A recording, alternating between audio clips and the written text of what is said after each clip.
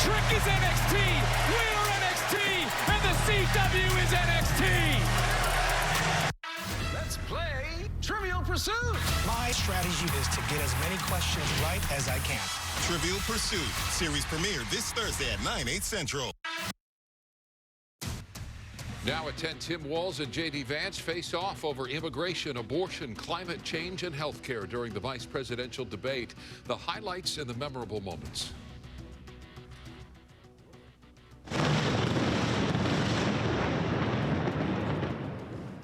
Plus, fears of an all-out Middle East war grow tonight as Iran launches a large-scale missile attack on Israel. Israel is vowing to retaliate. And meet Spot, the LAPD's high-tech robo-dog fighting crime and protecting lives. But not everyone thinks this mechanical cop is a good idea.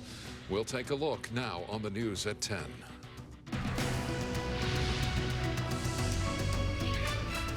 Good evening, I'm Micah Ullman. And I'm Cher Calvin. Vice presidential nominees J.D. Vance and Tim Walz face off in what may be the final debate before the November election. The two men used the majority of their time not criticizing each other, but taking aim at the candidates at the top of the ticket. The VP hopefuls offering differing visions of what American leadership should look like, highlighting the sharp policy differences between the two tickets. KTLA's John Finolio joins us now with a look at tonight's debate. John. Yeah, Cher and Micah, this was a much different debate than the one we saw between former President Trump and Vice President Kamala Harris. It was civil, respectful, and largely focused on policy.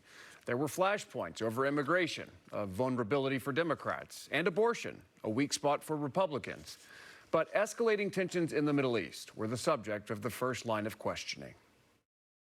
It began with a handshake. Ohio Senator J.D. Vance and Minnesota Governor Tim Walz facing off in New York for the first and only vice presidential debate before the election in just 5 weeks. With tensions flaring in the Middle East after Iran fired dozens of missiles at Israel overnight, the first question was about foreign policy. The candidates asked if they would support a preemptive strike by Israel against Iran. Israel's ability to be able to defend itself is absolutely fundamental. Getting its hostages back, fundamental. It's clear, and the world saw it on that debate stage a few weeks ago. A nearly 80-year-old Donald Trump talking about crowd sizes is not what we need in this moment. Governor Walz, you blame Donald Trump. Who has been the vice president for the last 3.5 years? And the answer is your running mate, not mine.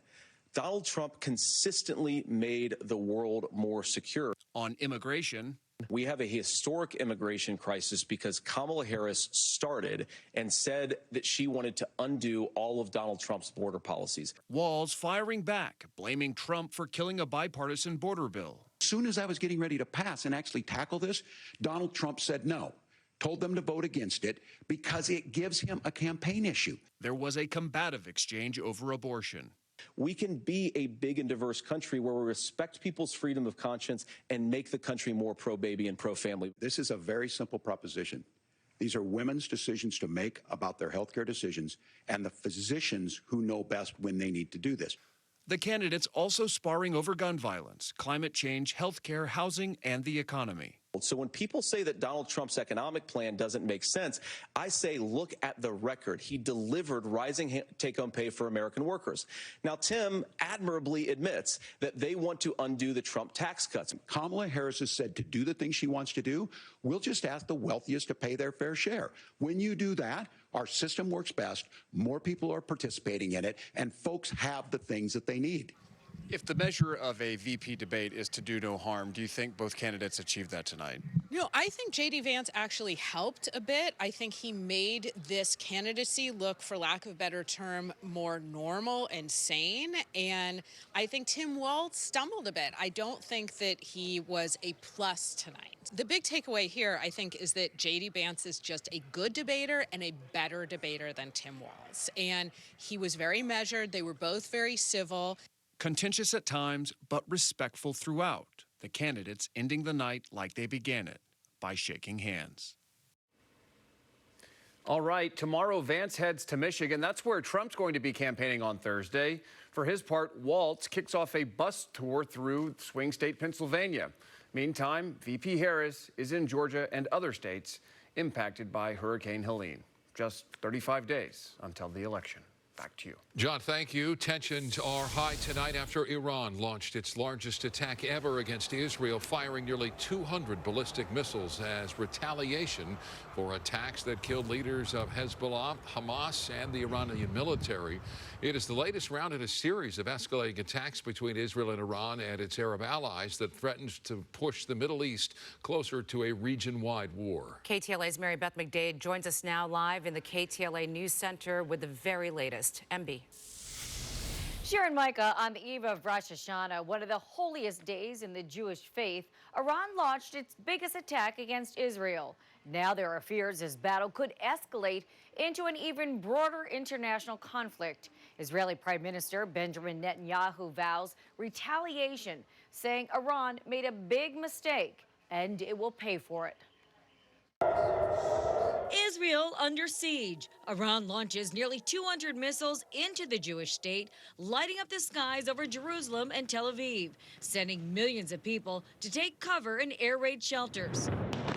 While a few missiles did come crashing down, causing some damage inside Israel, most were intercepted by Israeli and U.S. forces. We have made clear that there will be consequences, severe consequences for this attack, and we will work with Israel to make that the case. Iran says it fired the missiles as retaliation for attacks that killed leaders of Iran-backed groups Hezbollah and Hamas, and a commander with the Iranian military.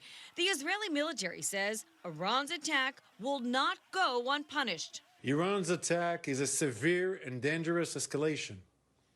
There will be consequences. Kamala Harris and Donald Trump reacted to the attack on the campaign trail. I've been talking about World War III for a long time, and I don't want to make predictions because the predictions always come true. We're not going to make, but they are very close to global catastrophe. As I have said, I will always ensure Israel has the ability to defend itself against Iran and Iran-backed terrorist militias. Iran's airstrike comes after the Israeli military began a ground invasion against Hezbollah in Lebanon on Monday.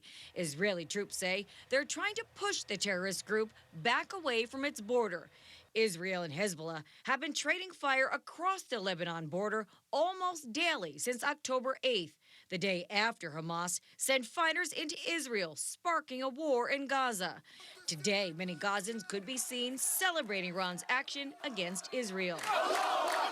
As the world braces for more conflicts in the Middle East, the U.S. military is sending a second aircraft carrier to join its substantial arsenal already stationed in the region. It's still in the world's interest to prevent regional conflict between Israel and Iran and Iran's proxies. So I think that we are going to see a lot of a diplomatic push to try to prevent further escalation. The UN Security Council has scheduled an emergency meeting for tomorrow morning to address the escalating situation in the Middle East.